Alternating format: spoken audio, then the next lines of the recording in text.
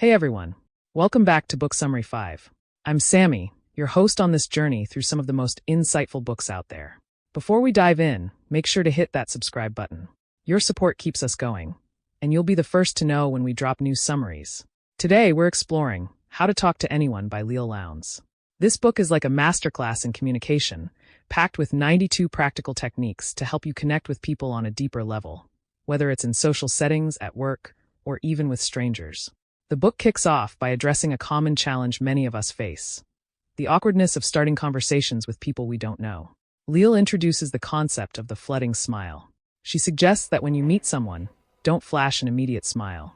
Instead, pause for a second, look at the person's face, and then let a warm, sincere smile spread over your face. This small delay makes the smile feel more personal and genuine. Moving on, she delves into body language. One of her key techniques is sticky eyes. This involves maintaining steady eye contact with the person you're speaking to, even if they're not speaking at the moment. It conveys deep interest and makes the other person feel truly seen. She warns, though, not to overdo it to the point of making someone uncomfortable. Leil also talks about the big baby pivot.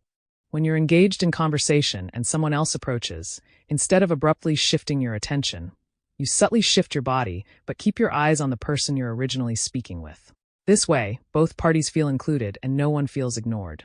As we progress, she introduces the hello old friend technique. This involves treating new acquaintances as if they're old friends.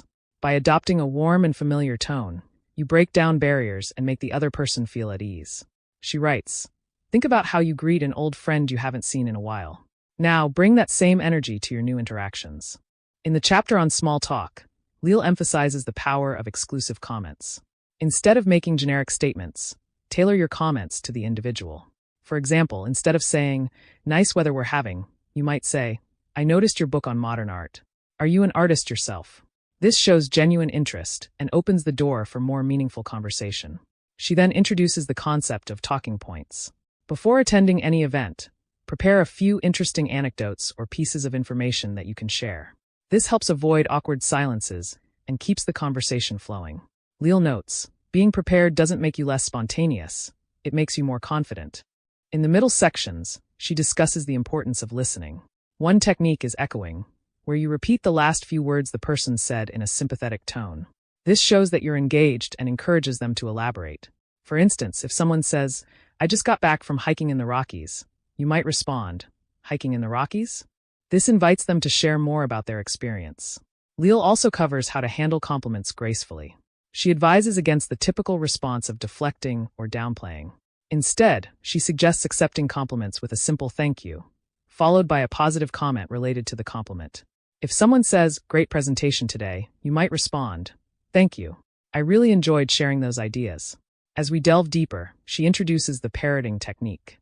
This involves repeating a word or phrase the other person used, prompting them to expand on their thoughts. It's a subtle way to show you're listening and interested. Another key point is the gossip good news strategy. Leil encourages sharing positive stories about mutual acquaintances.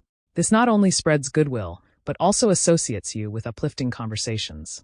She writes, "People remember those who make them feel good about themselves and others." In the later chapters, she discusses the power of the pause. This is about using silence effectively in conversations. Pausing before responding can make your words seem more thoughtful and can also encourage the other person to continue speaking, giving you more insight into their thoughts and feelings. She also introduces the sneaky screen, a technique for gracefully exiting conversations.